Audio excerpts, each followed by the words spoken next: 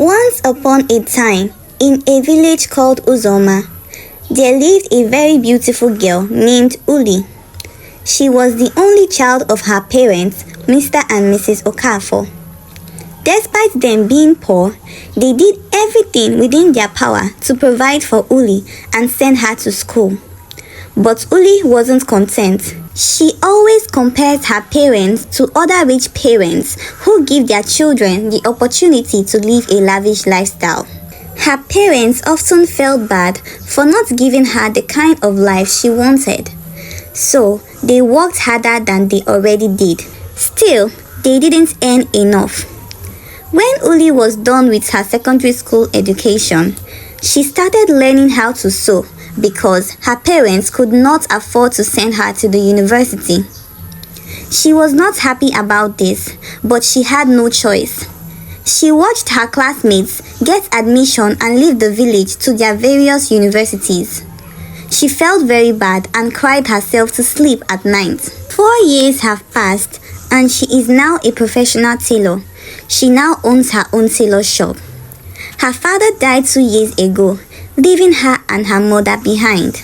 Uli got tired of her simple lifestyle in the village, so she saved up enough money to travel to the city. When she got to the city, she started doing petty jobs in order to feed. Due to her skill in sewing, she got a job as a tailor in a big shop. She started earning enough money to feed herself and buy little things, but she wasn't satisfied. She wanted more and wanted it as fast as possible. She wanted to live like the big girls in the city who live in big houses, wear luxury wigs, and have their own cars. One day, while working in the store, a very beautiful lady walked into the shop. By the way the madam of the shop welcomed her, it seemed the lady was a very big customer. The lady looked familiar to Uli, but she could not remember where she had met the lady, so she kept staring at the lady. When their eyes met, the lady jumped on her feet and ran to hug Uli. Uli was so shocked. "Uli, don't you remember me? It's me, Adanna. We went to the same secondary school." Uli was so happy and she hugged the lady too. "Adanna, is this you? You look so beautiful and sophisticated, I couldn't recognize you." After they talked for a while, they exchanged contacts before the lady left because she had some important meeting to attend to. Uli called Adanna after a week of collecting her number, and Adanna suggested they meet up at her house. When Uli got to Adanna's house, she was shocked to see the kind of house Adanna stays in. A very beautiful duplex. The living room screamed luxury. Uli couldn't believe her eyes. Adanna is living her dream life. "Adanna, see your house. It's so beautiful. I feel out of place here. Ah!" she exclaimed. Adanna laughed and told Uli to sit down. She offered her a drink and they chatted for a very long time till it was late at night, so Uli had to go back to her house.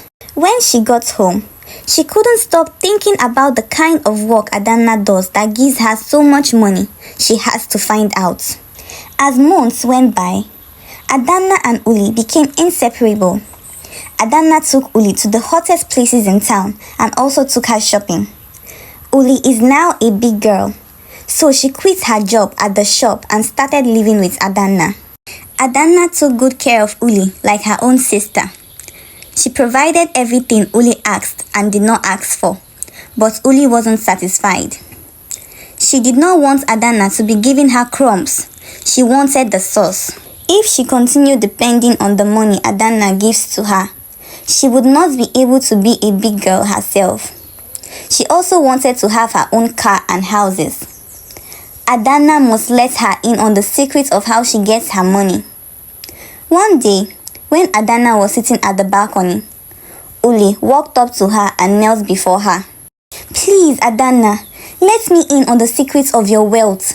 I want to be a big girl like you. See your skin. Ah, my friend."